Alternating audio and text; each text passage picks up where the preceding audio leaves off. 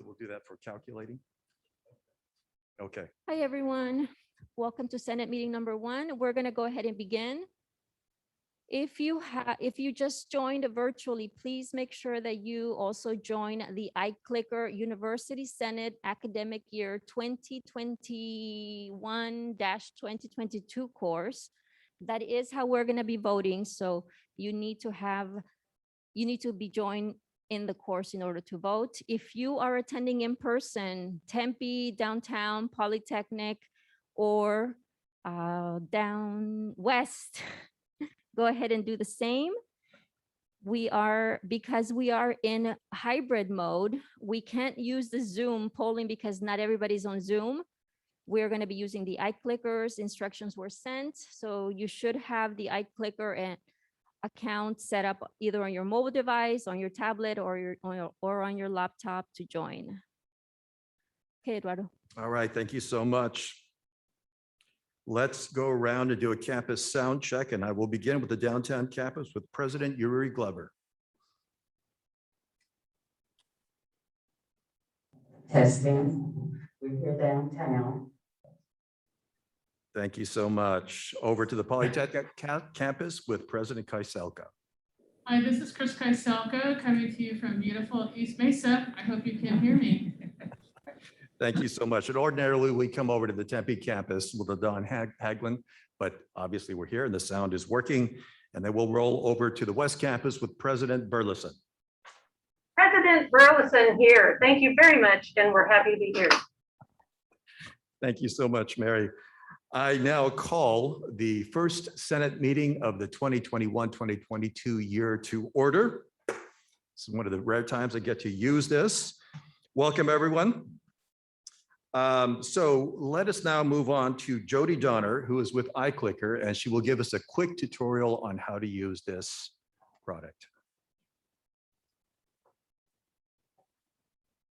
Hello, everyone. I am the Collaborative Learning Specialist with Learning Experience Design, and I'm here to just walk you through this process and then also encourage you to potentially use this tool, this application with your students, as it is a way to engage students, and we have the license available to us.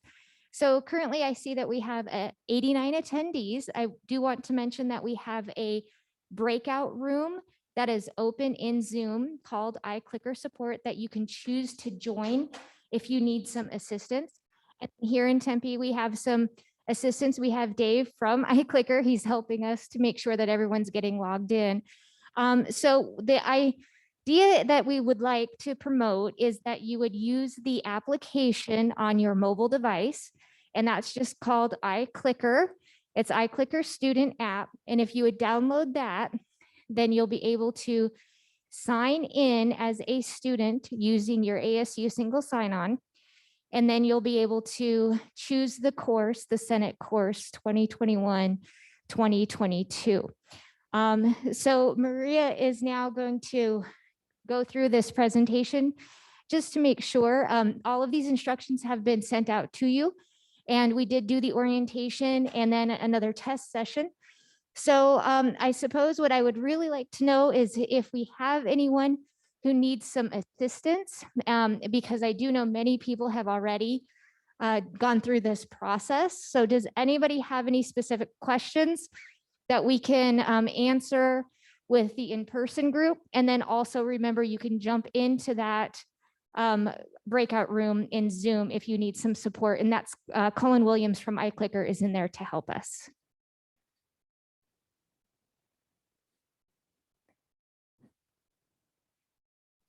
All right. And we will be monitoring and assisting. And as Maria said, this is, of course, how the voting occurs. And therefore, we do need you to be able to be in the application in the course and then see that you have joined the session and that you are able to participate. Yes, you can respond without a phone. You can use a computer. So you can just use the web application. So if you just go to iClicker.com and then click on student and then log in through the campus portal, which is ASU.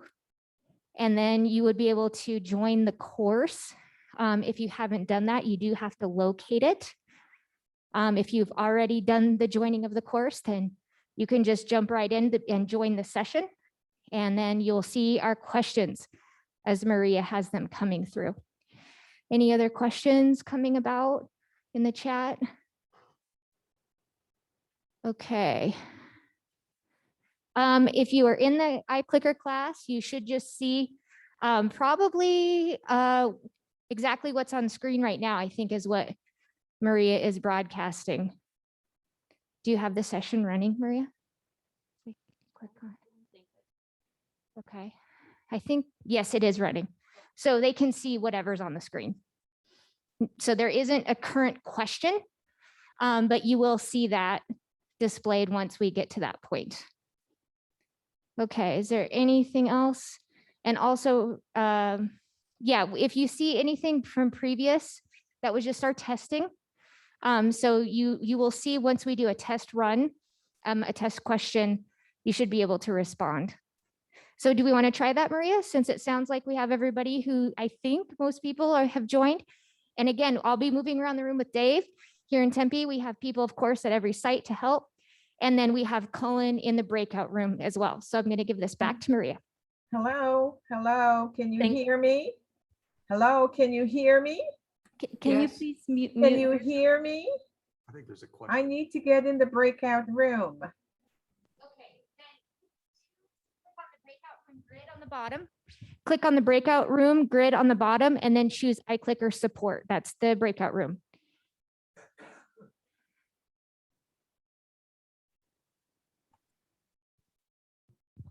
Thank you, Jody.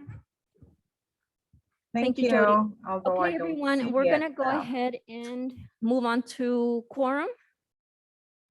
All right, so just by way of explanation, some of you may be wondering why we are doing this new technology. And the old clickers that we had before, from what I understand, are no longer supported. And that's why we need to move on to this new mode that we have. All right, so Maria Coca, who's manager of the University Senate, will conduct a quorum calculation. So Maria.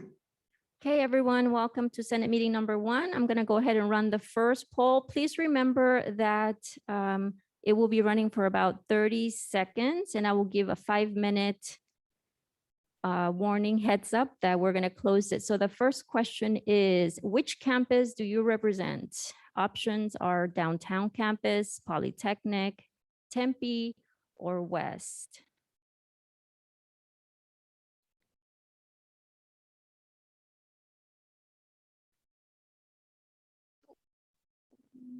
I thought I was sharing. Give me 1 second. Can you help me? I don't see it.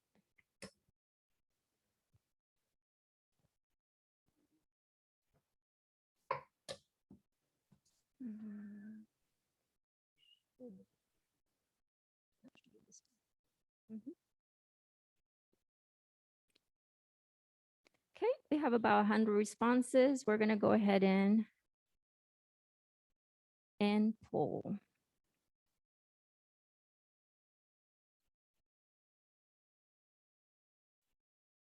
Okay, we're gonna move on to question number 2 of quorum.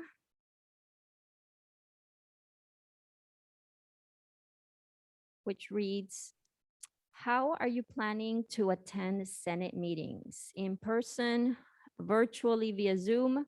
Depends on COVID-19, depends on my mood. So I'm seeing in iClicker, I'm seeing question 1 displayed again with choices again, but not question 2. Okay, let me.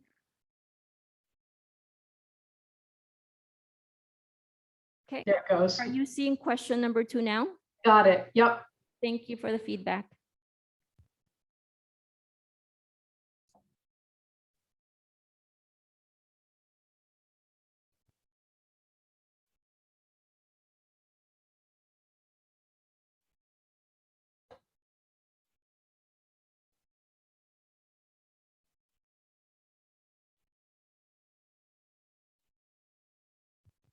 Okay, we have about 100 responses. Couple of more seconds, closing the poll. And B, So I guess the majority will be attending via Zoom. Thank you. Back to you, Eduardo. Thank you so much, Maria. So these questions weren't designed to lock anyone in. We'd like to keep it a little bit light, but it's important to know at the same time how we're going to conduct these meetings as we go forward. So we move on then to item number 3, action on the minutes.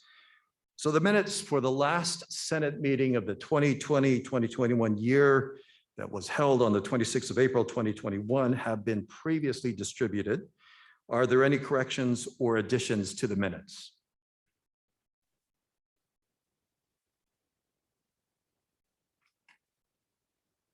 Okay, hearing none, the minutes are approved as distributed. Now, item number 4, the UAC Chair's report. I begin my report today by quoting to you from the preamble of the University Senate Constitution. University governance requires communication and collaboration among faculty, staff, students, and administration.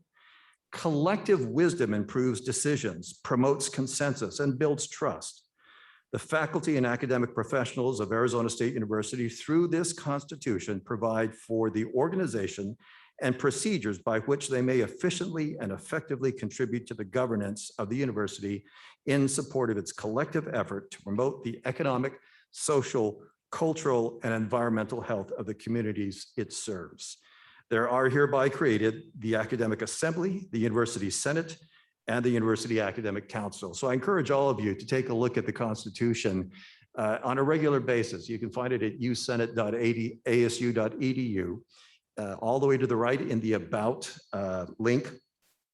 Now, for those of you who are new to the Senate, let me just explain a little bit about what these different terms meant in terms of the Academic Assembly, the University Senate, which I think is obvious, and the University Academic Council. So very quickly, the Academic Assembly is made up of all faculty in a tenure-eligible or tenured position, all academic professionals with full-time, multi-year probationary or continuing appointments as professors, all full-time faculty with fixed appointments, such as instructors, lecturers, senior lecturers, principal lecturers, clinical faculty, research faculty, and professors of practice, members of the Emeritus College, and the president of the university and the provost of the university senate, or the provost of the university, excuse me. Now, the University Senate, of course, is the body that we are today. And lastly, the term, the University Academic Council. This is a collection or a meeting of the elected presidents from every campus. So past president, and president-elect, in addition to the university parliamentarian, which is Denise Bodman, and the university secretary, which is Phil Vandermeer. So I want to conclude by simply saying that it's important to recognize those who have worked so hard to keep faculty governance strong at ASU. And so I recognize the extraordinary leadership that we enjoyed and I personally witnessed this past academic year under the guidance of Sameen Levinson. The work of the University Senate continued unabated despite the extraordinary challenges that none of us foresaw. The work of the Senate last year was seamless in my view, and it was in no small part to her leadership. And it is my firm hope that I can continue in her footsteps, and indeed the footsteps of all past Senate leaders, presidents who have stood here.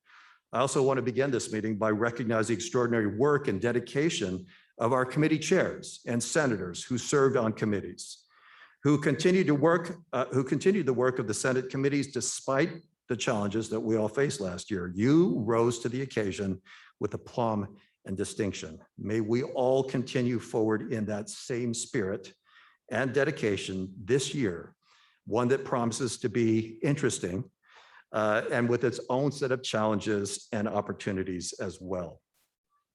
We now move on to item number 5, and I simply want to note that it is the tradition every year, I believe every semester, if I remember correctly, the president has the opportunity to address us as a Senate. Now, this year, this will not be at this meeting, his schedule does not allow, but he will be at the next Senate meeting to address us. And so we will move on then to item number 6, a report from the provost of the university, Provost Nancy Gonzalez. Nancy? Hello, thank you, Eduardo. And thanks to everybody for attending this meeting, but more importantly, for your service to ASU and the roles that you're playing. I really appreciate Eduardo's words. Collective wisdom and communication are so important in the roles that you play, but they're also important to me as in my efforts to try to work in partnership with you. And Eduardo mentioned Simin's service last year, which I think really was exemplary in terms of the true partnership that was achieved between the Provost's office, between the Senate, between all of the representatives of the Senate, everybody keeping each other in close contact and informed throughout such a difficult year. I would also say really wonderful partnering in our work with the Arizona Board of Regents, really understanding the way in which we all represent the broader ASU universities and our efforts to serve our students, keeping that goal at the center of all our work together. So I'm very excited to be in this role and to continue working. I feel like I have big shoes to fill in following Mark Searle, who I think had a wonderful relationship with the Senate, and I'm hoping to do the same. I'm hoping to learn a lot from you and rely on you to be the heart and the voice and the ears of the university. As you know, we're a large place, and there are many voices for us to be paying attention to. And I certainly want to do that, and all of your work will be an important part of how I manage to accomplish that.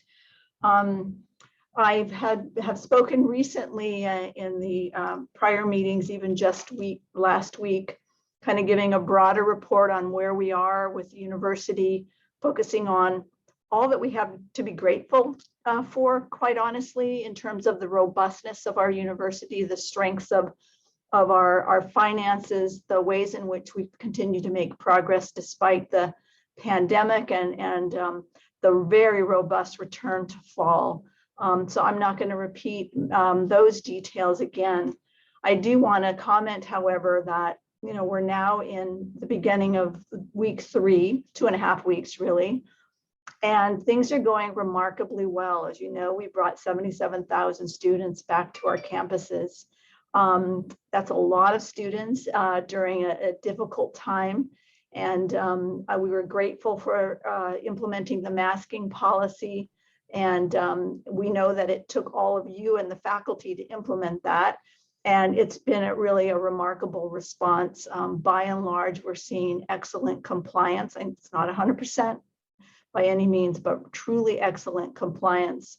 And we've been working in close partnership with student services, trying to reinforce the code of conduct and policies that we have in place there when needed. We've had just one student at this point where we're needing to make a decision that that student is not able to comply and will need to find a different pathway to get their to attend their classes. But really, we've been able to work mostly with students, and it's still a work in progress. But it's been a true partnership in doing this. A good sign that our students are back and really wanting to engage is that the ASU libraries just had their busiest week ever on record last week, with 13,000 students in the Hayden Library in one day. They're not just coming to hang out. We've had record requests for materials at the same time. So they're doing their work in the library as well. One of the things that we have done as part of our management is we're having a more active and a kind of aggressive campaign to hand out masks in settings like the student rec centers and the libraries to try to increase masking on campus. And again, students are really, really coming through in wonderful ways. So we are hopeful that we're going to continue in this fashion. We certainly are seeing an increase in the number of students who have tested positive, but it's nowhere near what it might have been. Definitely an uptick, but given the size of our campus, it's actually remarkably much lower here than it is out in the broader community. So anyway, I thank all of you for the work that you've done to support that those efforts. One of the things I thought I might do is to focus on something that maybe we're a little less aware of, which is that we did launch our LA campus just this fall. It's in downtown LA in the Herald Examiner building, a truly beautiful building. And I invite you, if you're in the Los Angeles area, or to make a special trip and to go visit that campus. We expect that's going to continue to become a very robust place for our students to take advantage of offerings there. It's particularly capitalizing on the local LA market, but it won't be just that. It really will. We see it as an important part of our kind of national and international effort to serve students. We have 14 programs that are launching in that building. Give you a little flavor for what's there. For example, the Herberger Institute for Design and the Arts is launching an emerging media and narrative master's degree with the Walter Cronkite School of Journalism and Mass Communication. That gives you a little flavor of what we're doing there. We're really trying to capitalize on the LA scene and the LA experience. And we're doing a lot of joint programs between colleges. Another good example of that, for example, is Thunderbird launched jointly with HIDA again, a global affairs and management master's degree with a specialization in creative industries. Again, capitalizing on Los Angeles as the hub for creative industries and film in particular. Walter Cronkite School of Journalism has launched a newsroom that is ready to be training students, and their content will air on AZPBS. And Edson College of Nursing and Health Innovations launched a program, School of Global Futures, and W.P. Carey School of Business, Sandra Day O'Connor College of Law have also launched very exciting programs in that building. Currently, those degrees are a combination of online and hybrid. Eventually, they're going to be the full mix of degrees that we can possibly offer there.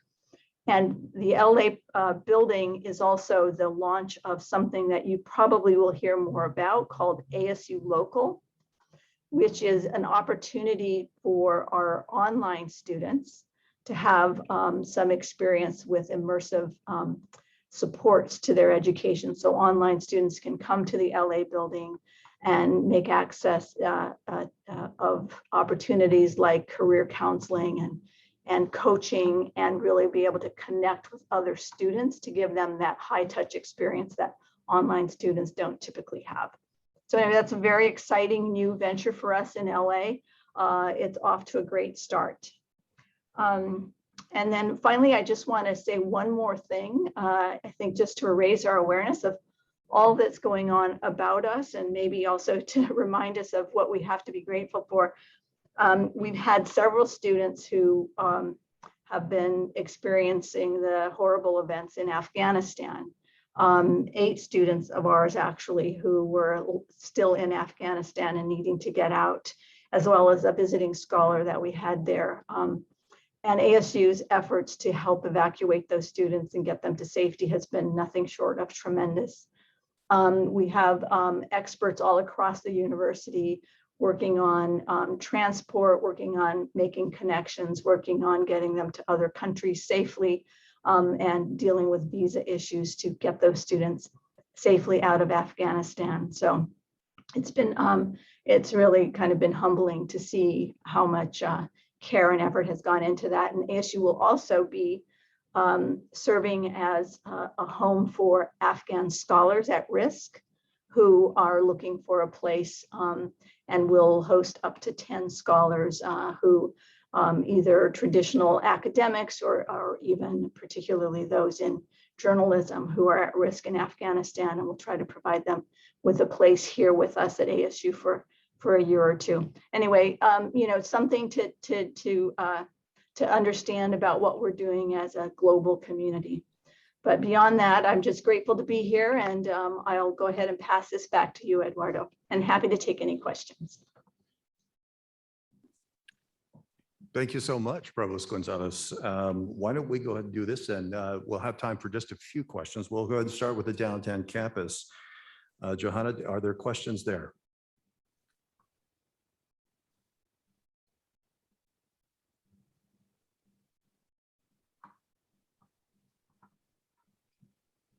All right, we're unable to hear you at downtown. Let's go ahead and just move over to the next campus, and we can come back to you just to double check then.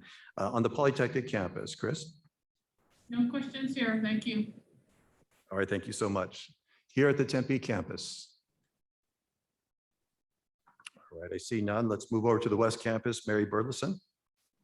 I have a question. Yes, go ahead. I'm wondering if there's anything that we can do to help out with the Afghanistan situation as faculty. Yeah, that's a great question.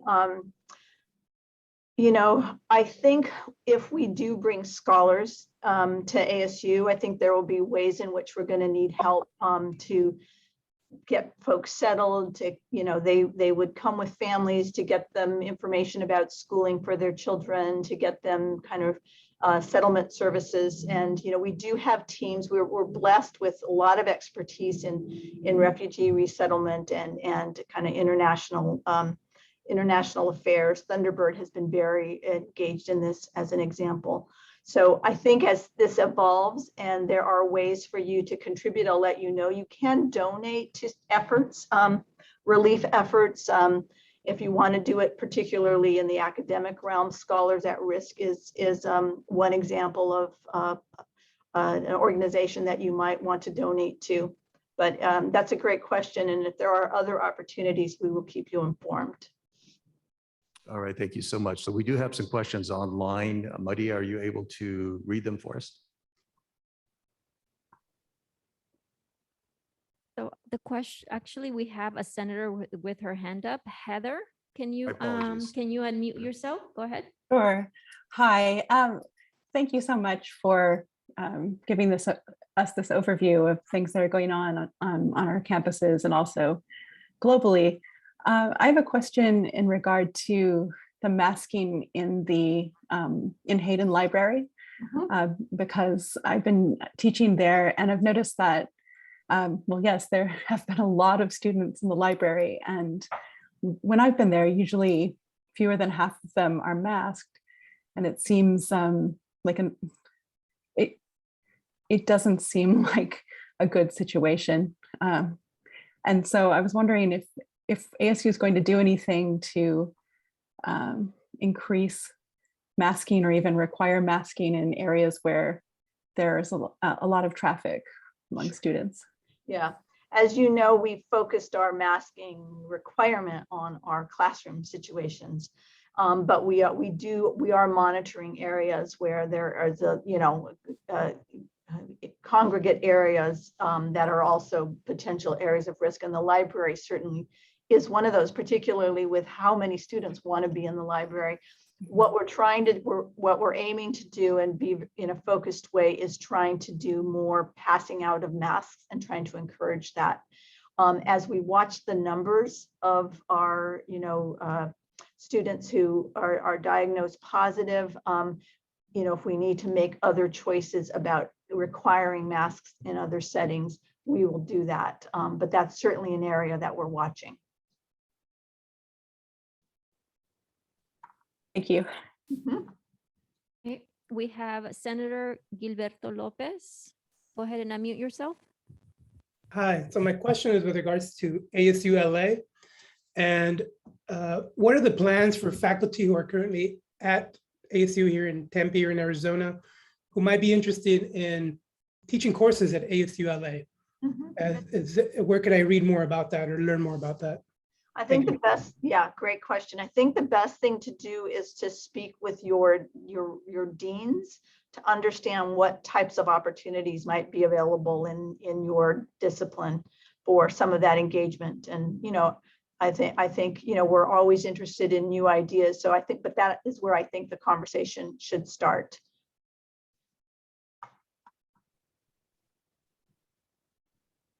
Great, thank you. You're We have welcome. one final question online, which is saying, I noticed classes are running out of mask supplies.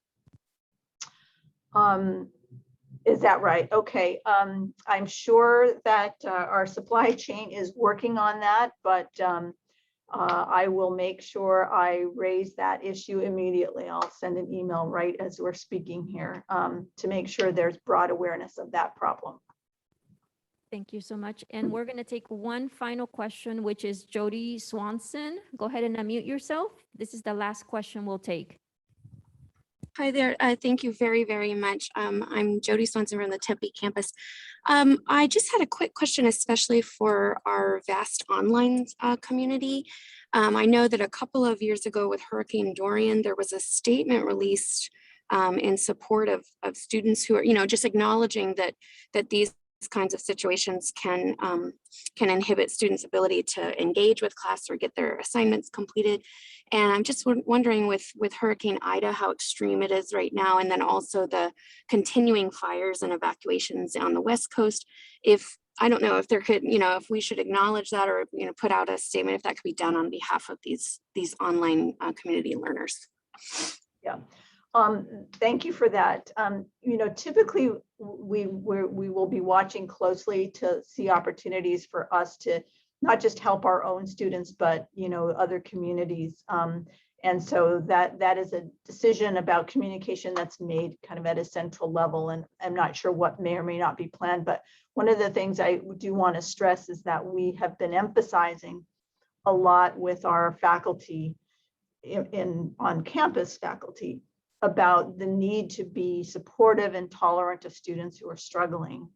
And we have been also at the same time recognizing that we can't ignore our online students and that oftentimes they're struggling too. And it can be things like natural disasters that are getting in the way of them, being able to, for those who are in affected areas, being able to engage in their education. So we will actively reach out to students in those areas to send supportive messages and offer that same degree of tolerance and understanding to those students. That's a great point.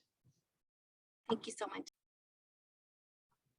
Thank you. Now, I just want, in fairness, we were unable to hear from downtown. So I just want to swing over there very quickly and see if there are any questions there.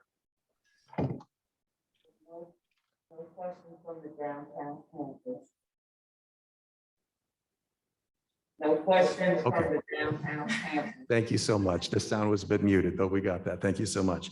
So Provost Gonzalez, I want to thank you very much for your time. I do want to note that there were some comments online about masks running low in various classrooms. I will follow up with the provost to see if what we can do about that. So thank you for letting us know. And I just want to also just inform the Senate that the provost meets regularly with the University Academic Council. And so we're grateful for her support of faculty governance, and we look forward to a strong relationship with her as well. So thank you.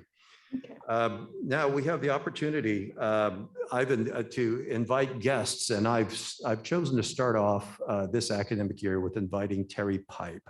Many of you know her. She is the founding director of ASU Center for Mindfulness, Compassion, and Resilience, Dean Emerita and Professor of the Edson College of Nursing and Health Innovation.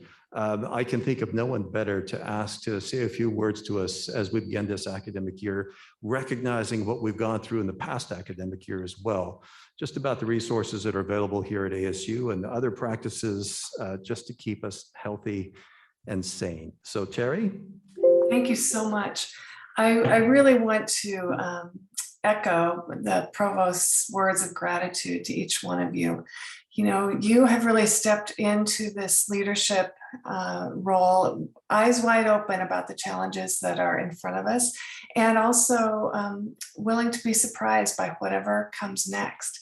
And so I just really want to begin with gratitude and a sense of acknowledgement that in your leadership roles, you also have many other roles that you're playing, probably teaching and doing research and supporting students. And then there's the whole other side of you that is a whole person. And so in all of those realms of yours, you are stepping into life, and stepping into life these days means that sometimes there are challenges and and joy and suffering and the whole human experience. And so I just wanted to, first of all, tell you that part of this presentation is for you personally. Part of it will be for students and faculty and colleagues, administration, and the broader community. So it'll be the same words that are launched for those different audiences. But I really want to underscore you in my words and in just a reminder to you of the resources that are available to you at ASU and the broader community. So I'm here today to talk about the Center for Mindfulness, Compassion, and Resilience. And if you could go to the to that slide with the capital C on it. So this is the center website, and I would really encourage you to go to this website, mindfulnesscenter.asu.edu, and spend some time sort of exploring around to see the resources that are there for you. I will highlight a couple of them in just a minute, but first I want to tell you a bit about the center itself and how it got started. So it is almost 5 years old, and it was funded from a variety of sources. It was funded, I was a Robert Wood Johnson Foundation Executive Nurse Fellow, and that came with some funding that was channeled into the center. We had donors, Doug and Becky Pruitt, Mike and Cindy Watts, and Evelyn Cesarati, who some of you may remember was a faculty member and associate dean at the Edson College. And she actually, in her retirement, sold a property and designated the proceeds to go to the center, which is just, you know, we were beyond honored to receive that gift. We've also had many other private gifts, as well as President Crow supporting the center for the startup few years. So now we're self-supporting. We have workshops and classes and retreats. All in the last year and a half have been virtual. In fact, in March of 2020, we were all set to have our conference on March 28th of 2020, when of course you know what happened. We needed to take a big change and go virtual. And so we decided, really, our small group of us, it was 4 or 5 people at that time, really decided to focus on what could we do instead of what we could not do. And so we decided to go all virtual and to really present a daily mindfulness session for the university community and beyond. And so the provost of the time, Mark Searle, got us together with Lev Gonick at UTO, and they helped us to use YouTube to be our channel. So we have over 250 sessions now on ASU's YouTube channel. They're all archived for you. These can be used for you personally. They might be used by you as a faculty member, using some of the sessions as teaching objects or assignments or extra credit assignments. They're for your students. The topics range everything from, you know, serious early day pandemic topics like loneliness and isolation to things that are more academic in terms of imposter syndrome. We had graduate students come and serve on a panel who talked about what it was like to be a graduate student and the unique stressors of being in the graduate college and how they coped, how they used mindfulness to do it, and imposter syndrome. We also had the chance to have guest speakers and special topics. So some of our sessions are about mindful eating, nutrition. Then we also took a lighter side sometimes. We partnered with a farm, actually a working farm near Chicago. And we had a horse named Mikey, a thoroughbred horse, and a pig, a micro pig named Cece, and a dog.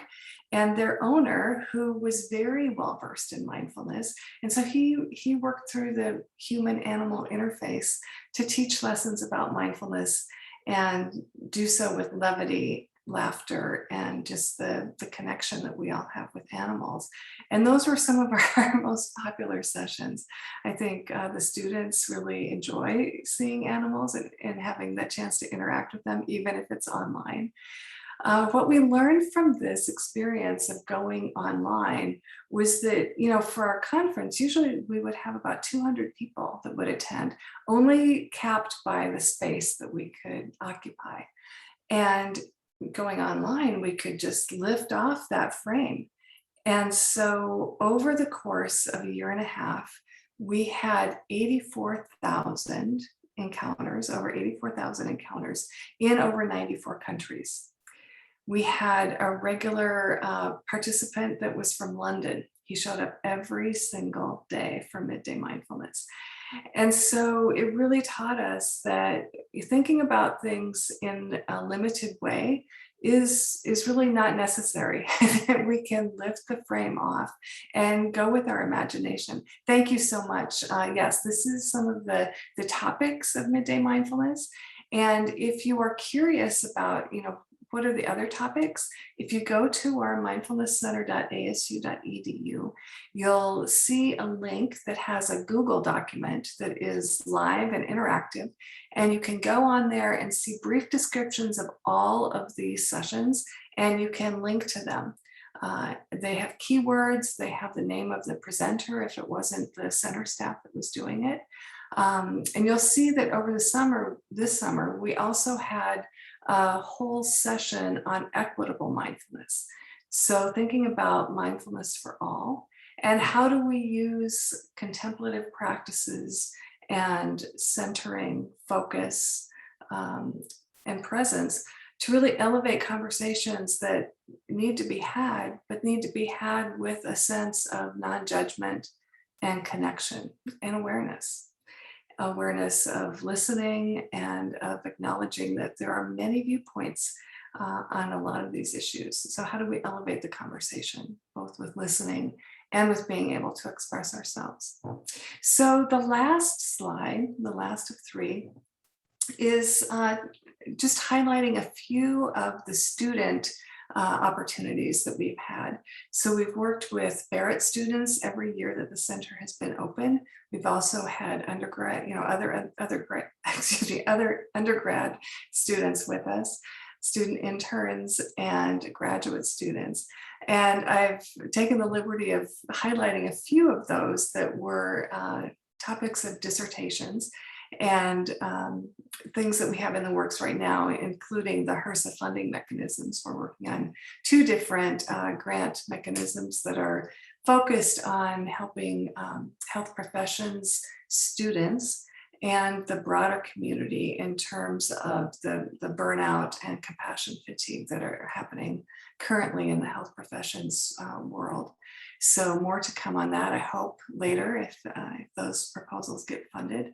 But just the titles of these these are all dissertation topics, the titles will clue you that mindfulness has no disciplinary home. It really goes across the university and across the community. So everything from nutrition, gerontology, substance use disorders, inner engineering. We had an engineering education student come through for his dissertation, and then thinking about leadership. So all of the people that have come through with their doctoral dissertations have gone on to either faculty appointments, or we have Tara Batista, who is a postdoc at Yale University now in the medical school, and she's the one who did the dissertation acceptability of a mindfulness-based intervention among women with substance use disorders. So all of that to be just a reminder to you that the center is there for you, for your students, for the faculty and staff, and for the broader community. A lot of what we do is internally facing, but also externally facing. And I think, we've seen in this last couple of years that the demand for these services has gone up just exponentially, and I don't see that stopping at all. I will say that last year, the University Senate invited me to do a workshop focused on mindfulness and leadership that was very well attended. And I thank you for your participation in that. And so the ability to come back and just do sort of a reset and a reminding you that we're there and we're there for you. So with that, I'll close and really take any questions or comments that you have. All right, thank you so much. Let's go ahead and go in our usual order. We'll go to the downtown campus. No questions from the downtown campus. Thank you. All right, thank you so much. Over to the Polytechnic campus. No questions. All right, thank you. Here at Tempe. All right, and over to the West Campus. Quick question. Are there any plans for another Senate workshop? All I need is an invitation. I think that falls to us, Mary, so that is worthy of discussion, so thank you. Now, next to our online senators. All right. No questions there. Just All right. gratitude. All right, thank you so much, Terry. Thank you for your work. Thank you for helping us in this important work. So, Absolutely. May I please have a PS message? sure. So this is a shout out to Dr. Glover, President Glover. She is newly a fellow in the American Academy of Nursing, which is just an incredible honor. And I just wanted to give her that just a moment of recognition, because only 1% of nurses in the country achieve that honor, and we're really proud of her. So thank you, President Glover. Thank you so much for letting us know. Her humility kept that from us. So congratulations also to you, President Glover. Thank you, Dr. Pike. So we now have the opportunity to hear from Michael Thompson, who's the Chief of Police at the ASUPD. And by way of introduction, in my 18 years here at Arizona State University, I've had the chance to work with the ASUPD in a variety of capacities, from emergency preparedness, community walks, training with the ASUPD as well. We recognize that we're at an important national moment when it comes to policing. And I know that Chief Thompson is very mindful of both the national context, but also the local context. And I should add one other thing as well, as the president has also asked the ASUPD to consider ways of working with our different communities through the LIFT initiative. So Chief Thompson, please come on up. Thank you for being here.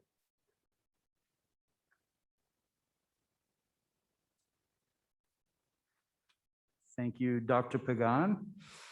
And thank you for having me. I'm honored to be here. I just wanted to kind of give you a quick overview of the ASU Police Department, a little bit about us.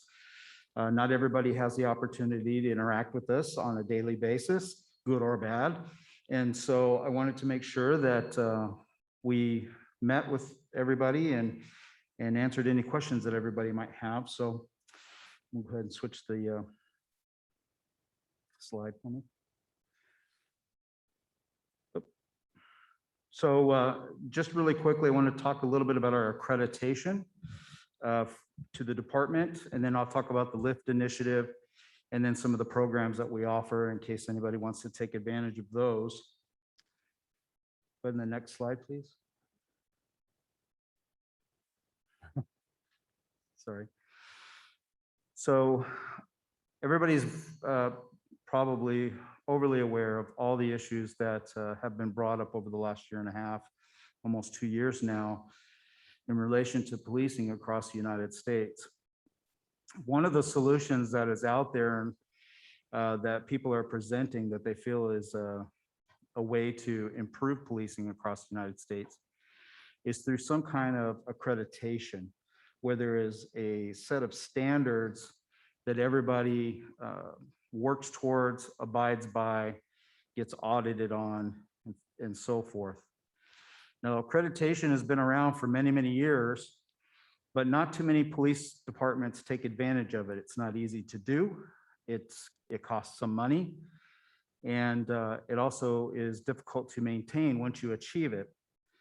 And so ASU Police Department is just one of 14 police agencies in the whole state of Arizona to be nationally accredited through an accreditation body called CALEA, which is a Commission on Accreditation for Law Enforcement agencies. Move to the next slide.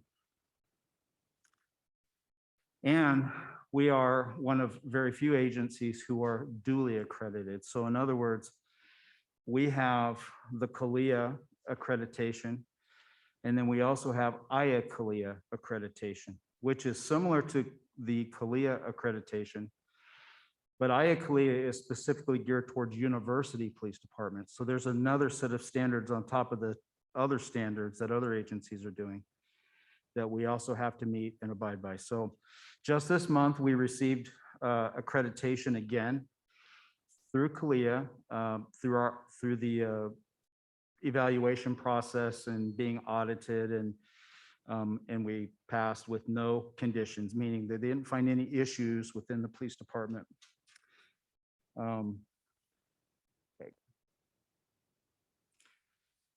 One of the things that we've been working in earnest on and hard on is the LIFT initiative.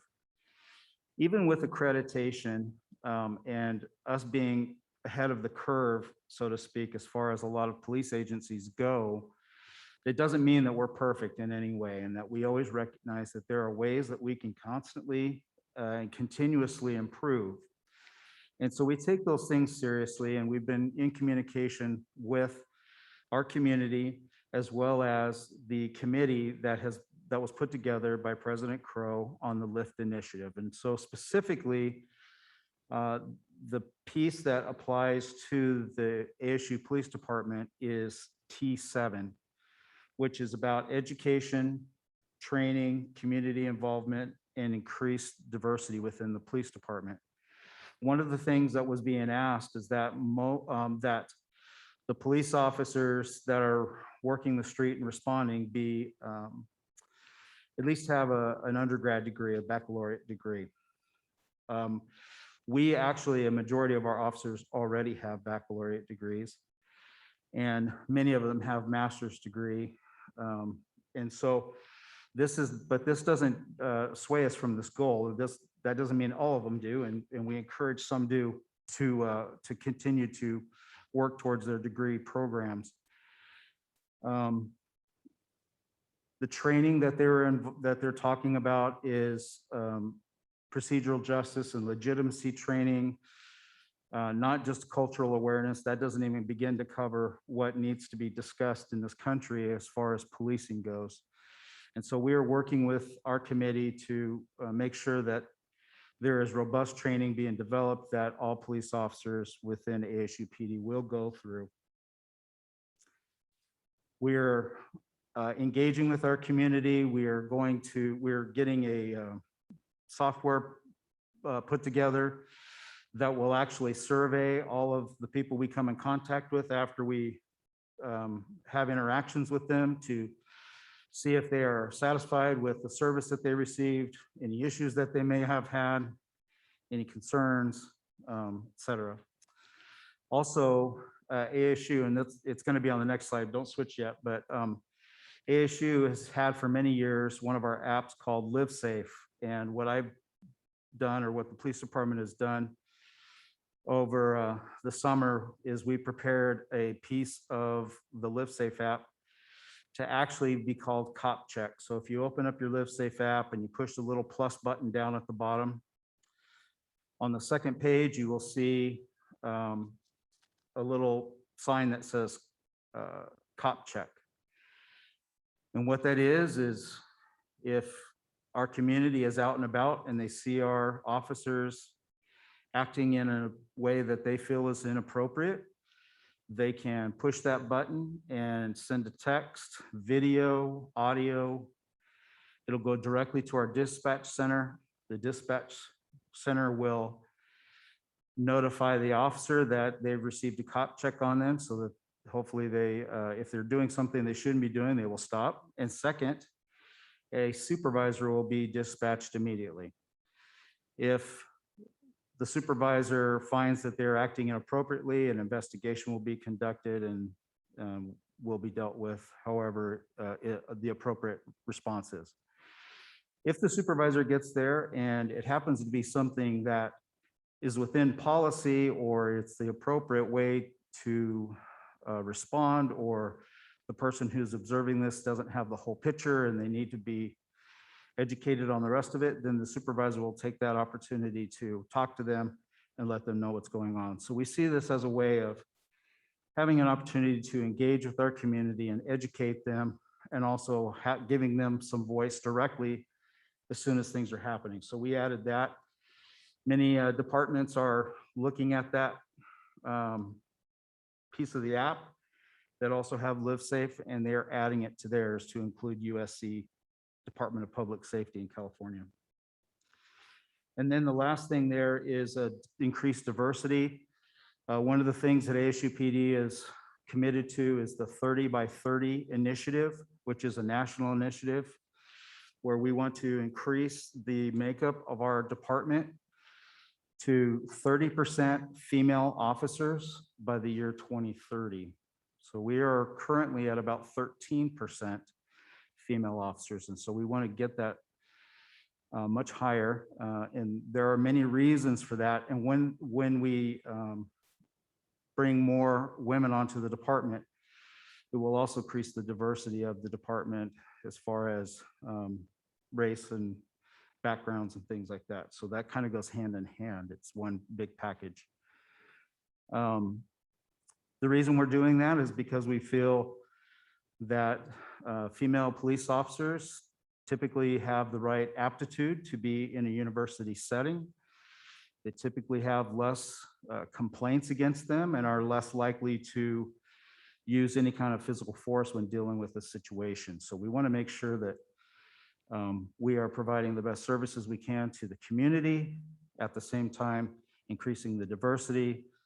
And I'm a firm believer that everybody should have a seat at the table and making decisions. So it's important to us. And the next one. So some of the programs that we are that we offer are all listed in our annual security report. Now this gets sent out every October every year. It's for the preceding 3 years. So it gives you all the crime statistics on all the campuses, all of our properties, to include Washington, DC, and now downtown LA, which I just spent several days last week in Los Angeles, making sure that that campus was ready to go and safe. But in the safety report, the fire safety and security report, you will see all of these programs that are listed within that document. And it's several hundred pages long, but there's an index and you'll be able to find it quickly. Again, we have the Live Safe app. We offer active shooter training. This is what we call CPTED, which stands for Crime Prevention Through Environmental Design.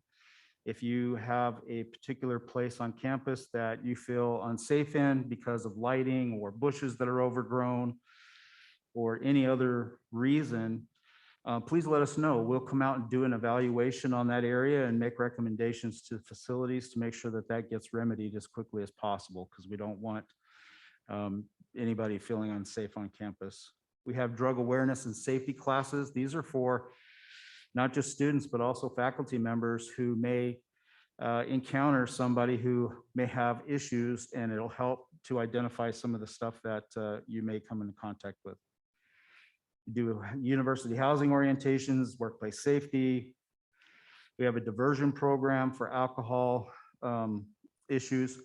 A lot of people think that the police department just writes everybody up for underage drinking and how we have no discretion. That's not true.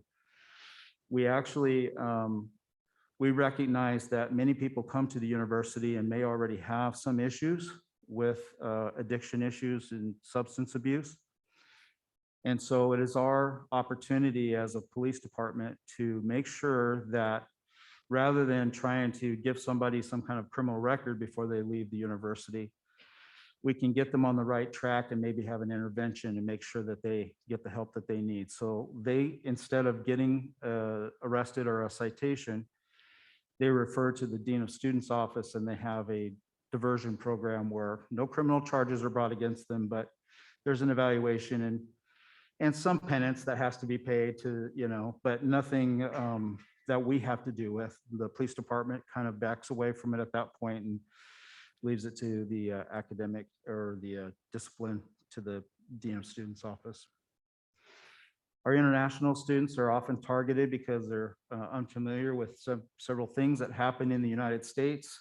One of the biggest things that we see are scams, that they get phone calls and they get told that, if they don't come send us a certain amount of money soon, that their visas will be revoked and all kinds of silly things. And, bless their hearts, they don't know that that's not true. And so if there's ever a question that anybody has, if any of you have a question because a student has approached you, please give us a call. We will make sure that we will vet that out and assure the student and yourselves that everybody can rest easy. I'll tell you this, that I have never, ever, ever, ever seen a federal official call somebody on the phone and tell them they need to send money. So anytime that happens, you get guaranteed it's a scam, okay? They will come to you and talk to you in person, but they will not send you a letter or phone call. We teach self-defense classes. We offer safety escorts at night. This is for anybody on campus. If they feel unsafe, you can request that through the Live Safe app, or you can call.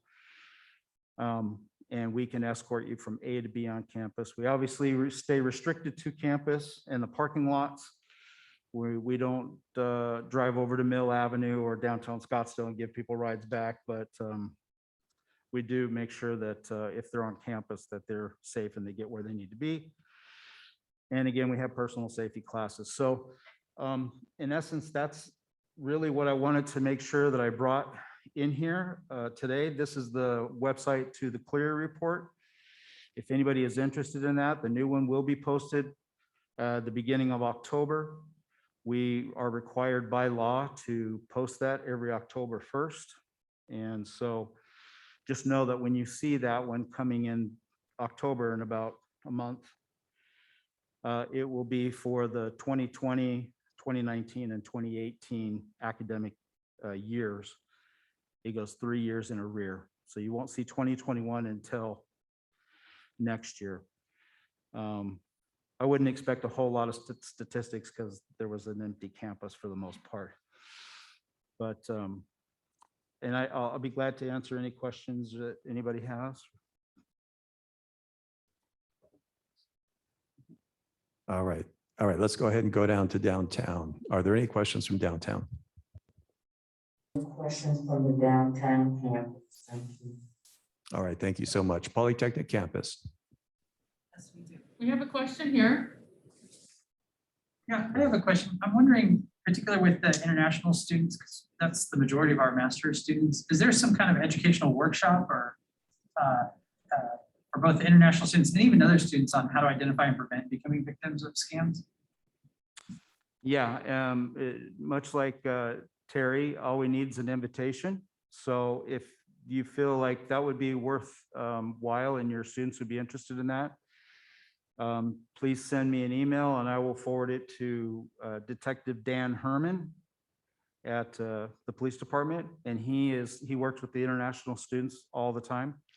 And he will gladly come out and explain to them what to watch out for and how to make sure that they're safe so that somebody doesn't scam them. All right, thank you. Are there any questions at the Tempe campus?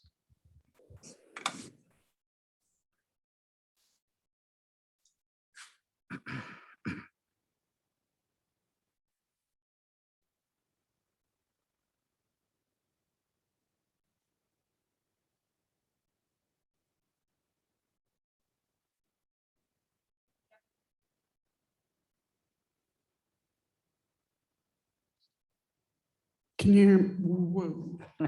I can hear you. Hi. Hello. You talked about 2 agencies that accreditate you. Yes. And so one of the issues we've been, learning more and more about is the systemic racism that exists in our world and the systems that exist that might reinforce things that we don't want reinforced, et cetera. So I was just wondering what the diversity of those agencies are that accreditate you, both Yeah. gender and ethnic and racial diversity. Thank you. Sure, great question. Those committees, or I should say those commissions that are put together are a conglomeration of many different groups of chiefs and individuals across the country. So they get feedback and information from the International Association of Chiefs of Police, NOBLE, which is the National Organization for Black Law Enforcement Leaders. They have the NAACP that has say in those. So all those policies that we have to abide by have been vetted by many different groups. And one of the policies and checks that we have to make sure that we're doing is they actually look at the breakdown of the diversity of your department. They look at the breakdown of how many times your department used force, the breakdown of those that had force used against them, what that is. And if there's any issues there, it's a red flag for them, and they'll come in and you could be prevented from being accredited. So the federal government, even at this point, is saying that if police agencies aren't going through these types of accreditation, that they may be prevented from being able to receive federal grants and funding. So we're now seeing a lot of agencies from across the country now trying to figure out how they're going to get accredited, or like Arizona, they're starting their own accreditation. So now there's like this third body that's just within the state. And that's still very young. So we're not part of that because the standards that we are following are far more difficult than what the state may be asking us for. So great question. Thank you so much. Wow, that's loud. I have a few questions. So how many am I allowed, Eduardo? Two? That's a great Maybe? question. I think two, maybe. Okay, I'll stick to two. One that I have is about the training that the police are receiving. And I'm just wondering if you mentioned that it has to go deeper than just diversity and inclusion. And I agree completely, but I'm just wondering whether it goes into the history of the structural issues that lead to the repeated violation of the civil rights of men of color, women of color. That's one question. And then the other question is about this LiveSafe app. Did you say that cop check thing is there already, or Yes. it's coming? No, it's 'Cause there. I found it, I just looked on my app and I couldn't find it. So maybe it could be Might right have to on. refresh it. Okay, So close out of it completely and then Uh-huh. turn it back on and it should pop up. okay. If it's on the front page, that would be good. And then how would the word get out to people who might want to use a cop check that that's available? Because this is the first time hearing about it. And I'm sure that there are communities that would feel a little bit safer if they had that option. Yeah.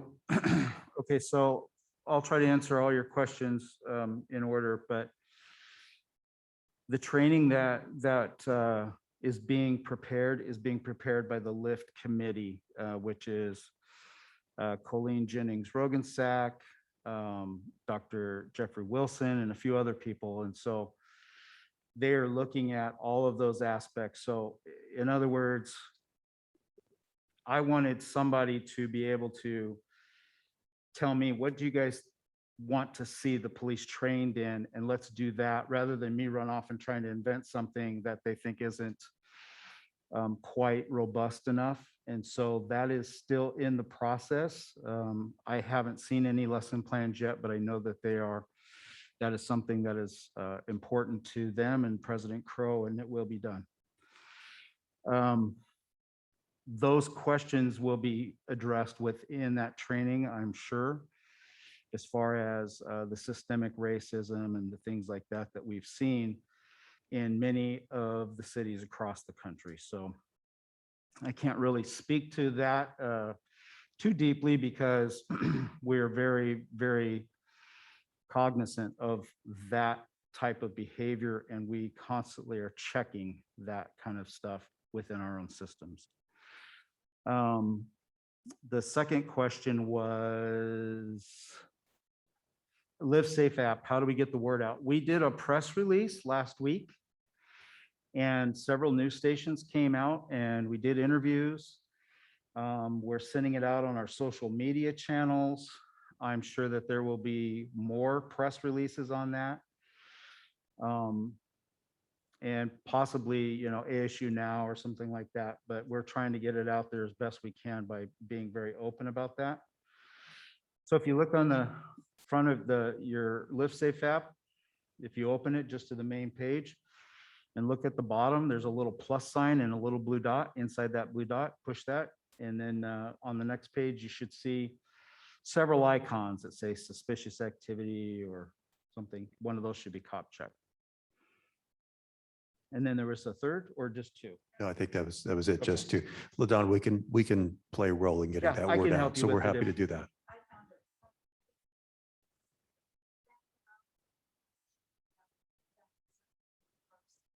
Yeah,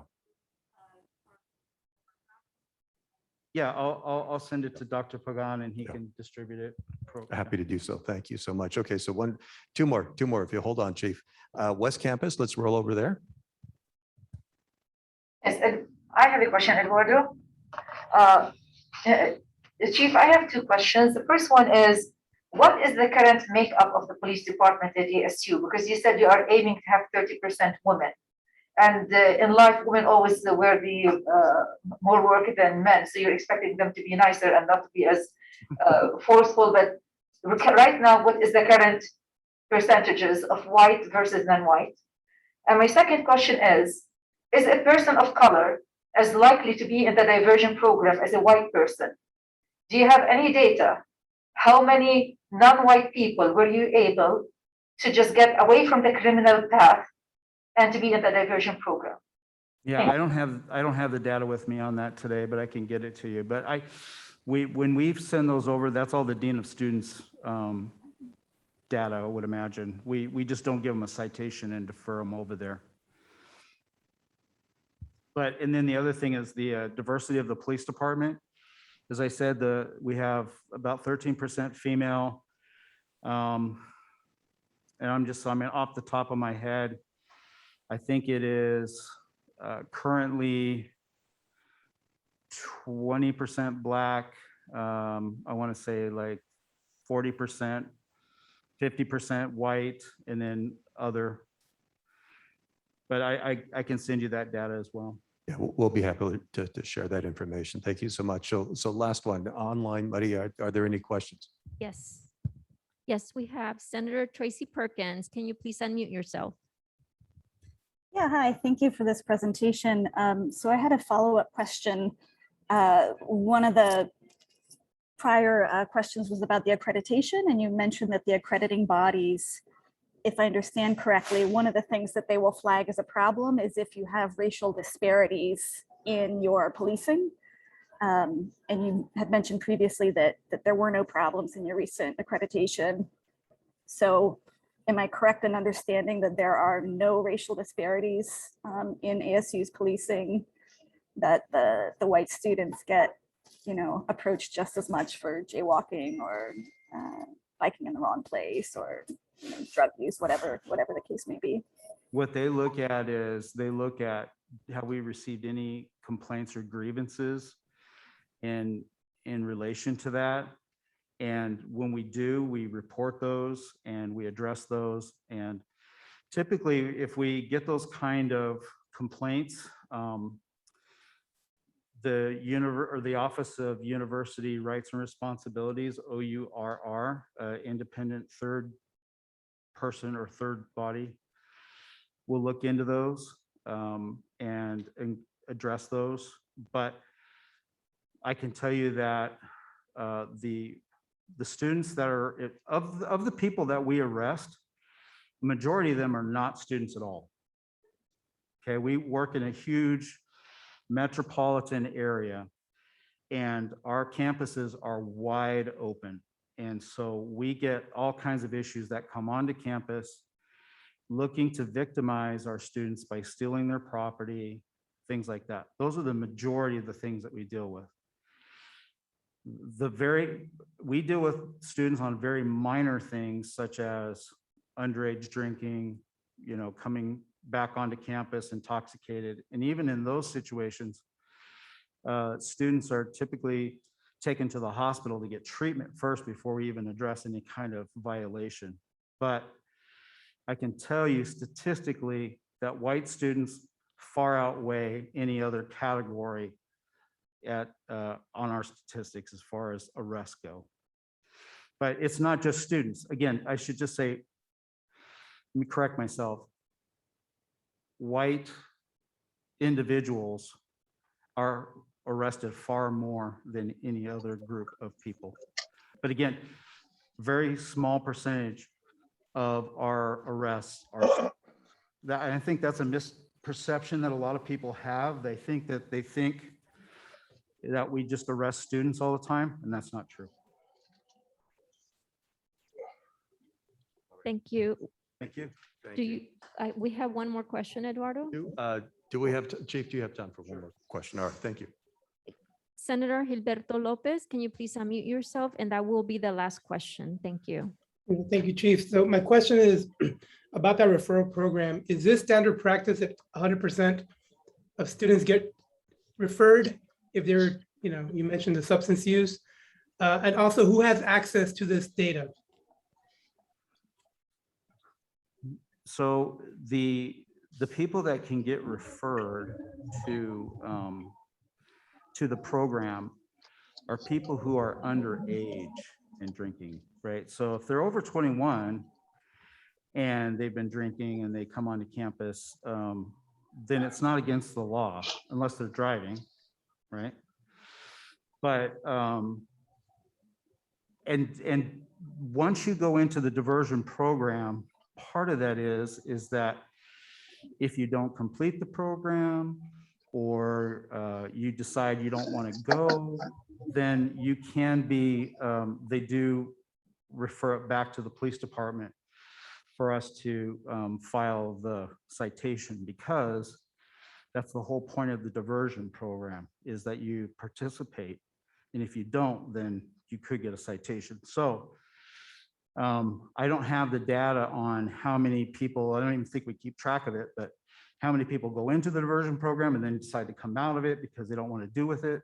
But again, that's all through the dean's office. And I would add one more thing about the diversion program is that this last year, we also included marijuana because it was legalized in Arizona, but because Arizona State University accepts federal funding by way of student loans and grants and things like that, they cannot allow marijuana use on campus. So if they are using marijuana, and even if they have a medical marijuana card, they can be referred to the dean's office. We do not arrest them for that because that's not a violation of the law. That's a policy. Just like not wearing their mask is not a law, it's a policy, and so we don't enforce that either. But if somebody is carrying hay bale size of marijuana in the back of their car, then that's a different story altogether. So, there are limitations in the law. It's to, the amount that somebody can carry and how much, they're using or growing or any of those things. There's a lot of rules to it, where they're doing it. And so all those violations can be referred to the dean's office if they're not following the law. But again, this is almost like, think of it as, a speeding ticket and you get to go to traffic school. You don't get to keep going to traffic school every time you get a speeding ticket. How many times do you get to do that? Once? This is the same kind of thing. The university has made a stance on there, like, we're gonna make sure that people are doing what they're supposed to be doing, and we'll give them a break. But if this is a problem, then, you know, we need to address this a different way. I'm a firm believer that I'd rather not arrest people for that kind of stuff. If they have a true problem, I think they should get help for that problem. And so we try to work with them as best we can, but sometimes, you know, it works out in a negative way for people. That's correct. Only student services. She had a question if only student services has access to that data. They are the ones who know who's in the diversion program and who's not. I don't know. Thank you so All right, much. thank you. Thank you. Thank you, Chief. So Senator Lopez, I can only give you my, thank you. Senator Lopez, I can only give you my impression in the various capacities that I've worked with the ASUPD, and it seems to be my impression that their default mode is really to trying to educate and rather than just handcuff people. But again, that's for what it's worth. That's just my impression of that. So let's move on to item number 8, unfinished business. We have no unfinished business, this being the first meeting of the 2021-2022 year. So we will move directly on to item number 9, new business. So we have one first read for today, and this is really to prepare you for our September Senate meeting. So the first read is for informational purposes only, although senators may ask for clarification. Full discussion of these motions is reserved for our next meeting. Denise Bodman, Chair of the Curriculum and Academic Programs Committee, otherwise known as CAPC, will inform you of the upcoming curricular proposal. Denise. Thank you, President Pagan. We have one item that is in your information only, Appendix 1. So that means that the Senate doesn't vote on it. However, we want you to be aware of the item in case you have any questions or you want to get to CAPC to talk about it. And that is the College of Health Solutions. There's a name change of an undergraduate minor from Food and Nutrition Management to Food and Nutrition Entrepreneurship. For a first read, and this is something that you will be asked to, that we will be voting on, and then you'll be asked to vote on. We have motion 2022-02, a request from the College of Integrative Sciences and Arts for the establishment of a graduate degree, MPM, in project management. Thank you. All right, thank you, Denise.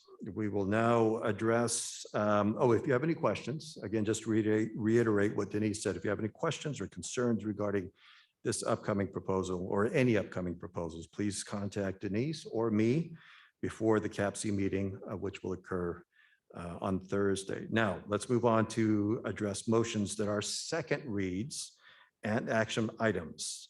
The new course proposals were distributed via email on the 17th of August, 2021, and are presented to you to be voted on in gross unless there is a request to remove a course from the list for discussion or other action. Is there such a request?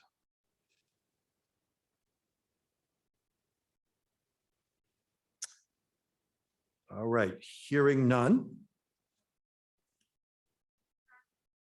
Oh, did we? I'm sorry, my mistake. Okay, let's go back. Let's go ahead and run the poll then. Okay, the poll should be in front of you for question number 3, new course proposal. This is for voting members only, just a reminder.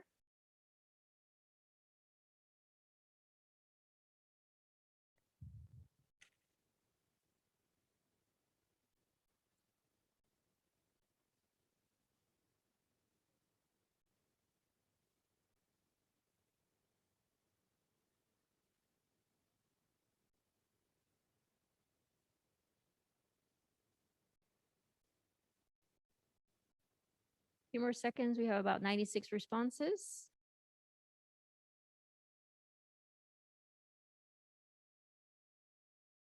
Okay, I'll go ahead and close the poll. Motion passes with 92 votes, which is 94%. All right, thank you so much. Now, as a holdover from last year's final Senate meeting, We now have several second reads from CAPC that require action. These are being presented in gross for one vote. Denise?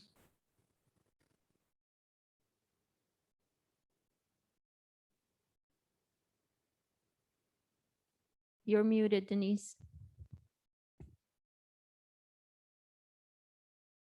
Sorry. Okay. We have motion 2021-56, request from the College of Health Solutions for the name change of an undergraduate degree from BS in Exercise and Wellness to BS in Clinical Exercise Science. Motion 2021-57, a request from the College of Liberal Arts and Sciences, School of Civic and Economic Thought and Leadership for the establishment of an undergraduate certificate, Philosophy, Politics, and Economics.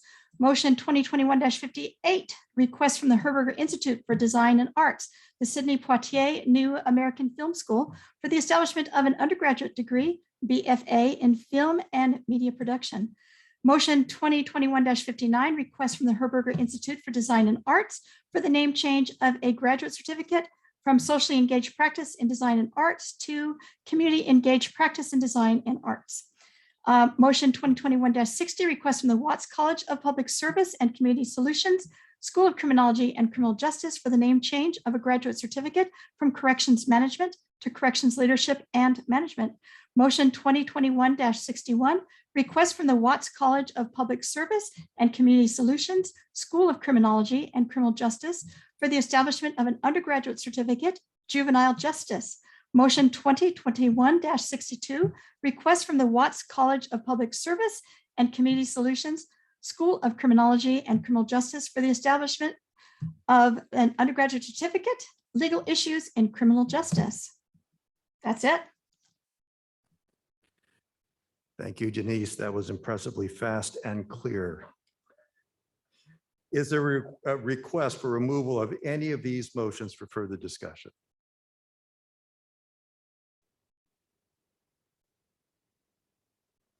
All right, hearing none, we will now vote on these motions.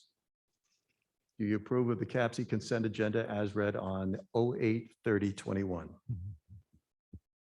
The poll is now open.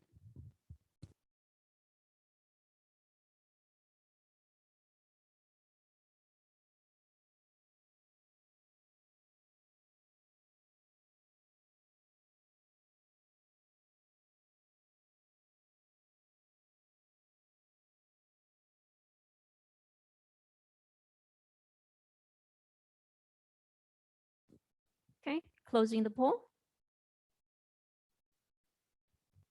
Motion passes with 96%, 104 votes. All right, thank you so much. Our next item of new business relates to changes made in the Senate bylaws. Again, this is held over from the last academic year. Tamara Rounds is chair of the Academic Senate Constitution and Bylaws Task Force.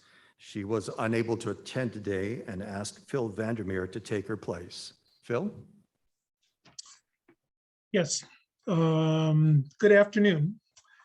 There are a variety of changes that are proposed here. You'll recall, just to go over this very briefly, last year we proposed changes, the committee proposed changes, one, in amending the Constitution, and two, amending bylaws.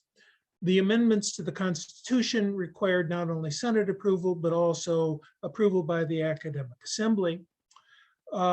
We did approve bylaw changes to bylaws 1. What we're dealing with now is a second reading of bylaws, changes to bylaws 2, 3, and 4. Now, these are, we could spend a lot of time reading all these and going through this, but I'm going to try and make this very simple and summarize these. Let me ask that if there are any questions, if anyone wants me to read these through in detail, I can do that. But I thought for the sake of expeditiously moving through this, what I would try to do is to summarize these in categories and then to deal with any questions afterwards. So you've all seen these. Let me summarize them in categories. The first 3 of these changes with bylaw 2 involve basically changes that note recommendations come to the Senate as motions. this is essentially clear, but this is a way of being more explicit. Secondly, the idea that the reports will be provided at the Senate meeting. And the third, the executive committee will not only facilitate, but will also report on faculty and academic professional business. All of those are simply word changes, additions that don't have any substantive impact. The next two changes, proposes to bylaw 2 and then bylaw 3, involve changes which really deal a bit with the changing nature of the university and particularly size. So the first of these, bylaw 2 B7 B1A, if you wanted to follow that exactly, basically suggests increasing the size of the Committee on Committees from 7 senators to 9. Basically reflecting the additional work. The second is relating to the nature of elections and creating a ballot. Basically this is a provision which allows faculty and academic professionals who, if they wish, can petition to have someone included on the ballot. When the Constitution was originally drafted in 2008 and 9, the numbers required, the number of signatures was 10. Given the size, the increased size in downtown Poly and West, the proposal is to increase that number to 20. Fairly easy still to do. The the sixth category of change here is also essentially linguistic. It basically says that instead of specifying that staff persons would operate the balloting system, that this would be operated, however, either by staff or by faculty. Next are two measures that deal with elections. Important, but in this case, not terribly substantive. The first of those says is that if a ballot is incomplete by May 1st, the UAC can work to identify nominees. This changes that date from May 1 to April 1 to allow for more time. The next basically says if there is a tie election, something extraordinarily rare, if that is the case, that the chair of the Committee on Committees and the UAC president, Senate president, will figure out a procedure to determine a winner. Finally, there are two changes relating to bylaw 4. Bylaw 4 is a new bylaw, and basically it takes material regarding representation in the Senate, which has actually been already removed by the constitutional amendment we passed last year, removing the specifics and putting the specifics in the bylaw. The idea is that the principle of representation should be clear in the Constitution, but that the specifics of that should not be there, because in order to make even minor changes, this would require action by the Senate and action by the entire academic assembly, which is really not necessary. So what we have here is the definition of the tiers of representation in the Senate, the same as they have existed now for a dozen years.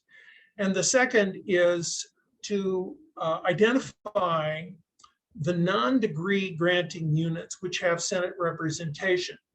And in addition to moving those, one additional reason for doing this is that the names for those units actually had been changed in the interim.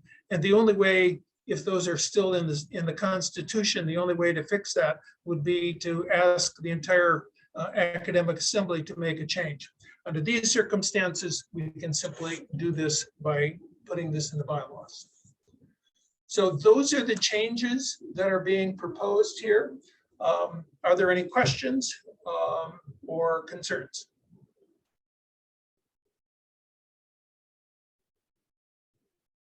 Do we need to go around to the campuses? Let's go ahead and do that. Let's start with downtown campus. Do you have any questions or concerns? There are no questions from the downtown campus. Thank you. All right, thank you so much. Polytechnic campus.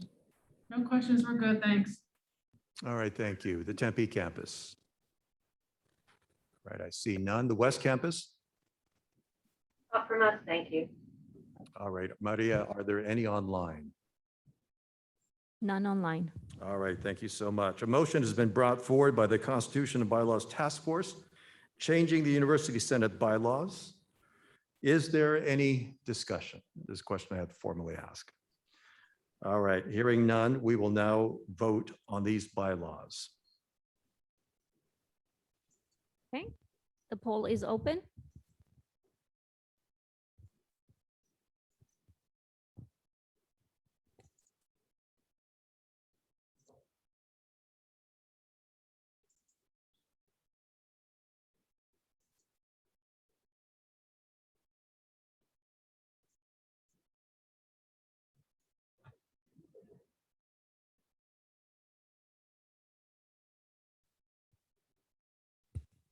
Okay, closing the poll. Motion passes with 93%, which is 99 votes. All right, thank you so much. Motion 2021-63 has been approved. Thank you, Phil.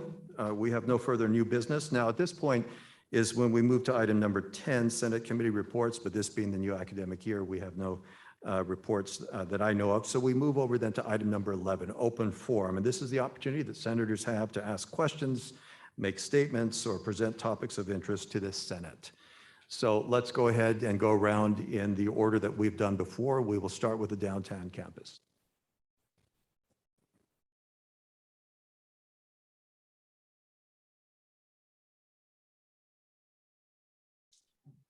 All right, let's go ahead.